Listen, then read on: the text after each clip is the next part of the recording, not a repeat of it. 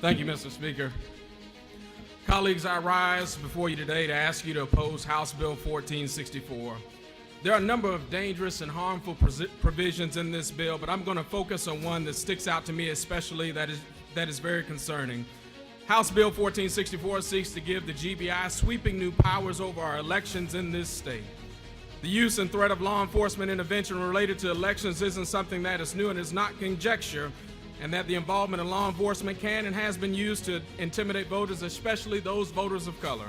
Now, you may think that is not the case, but for the constituents that I represent, that is very much a reality because they have lived through it. If you don't believe me, I encourage you to go talk to the gentlewoman from the 165th House District who has led civil rights demonstrations all over this state, and I'm sure you can have a conversation with her and she can educate you and school you. By giving the GBI, the state's highest law enforcement agency, original jurisdiction over election investigations, members of the majority party are doubling down on voter suppression.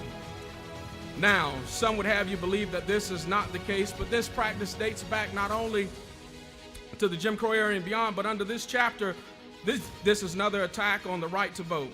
I bet there's an even more example, more recent today, that I'm going to talk about, and today I'm going to tell you a story that goes just back 12 years and took place in a county named, like so many counties in our state, after an ardent and violent racist in Brooks County, Georgia. So what happened in Brooks County in 2010 is the perfect illustration of how the majority party has used law enforcement to suppress and intimidate black officials and voters, and it's a perfect illustration of the majority party's motives with House Bill 1464 and giving the GBI sweeping new authorities over our elections. In 2010, we saw a blatant act of voter suppression and intimidation after 3 black women got elected to the Brooks County School Board, and their election flipped the school board from majority white to majority black. And after their elections, they were arrested. 12 black people in total were arrested under the direction of the Secretary of State, who was Brian Kemp at the time, and these 3 women and 9 of their allies and friends were all arrested, and they were charged with 120 counts of voter fraud. And what truly was their crime?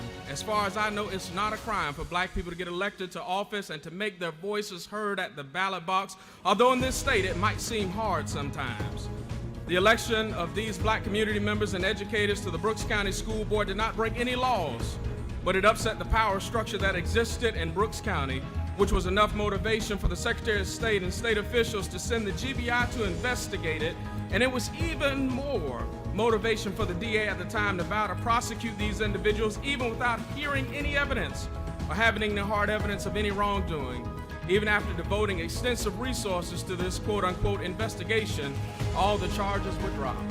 I'd like to make a juxtaposition here that these folks were arrested in Brooks County quicker than the folks who had killed Ahmaud Arbery were arrested and prosecuted in Glenn County, Georgia. But the one thing about this case of extreme voter suppression that sticks with me are the words of the GBI director at the time. He said, and I quote, "It's really extraordinary that the GBI would conduct voter fraud investigations," end quote. The GBI conducting voter fraud investigations is extraordinary.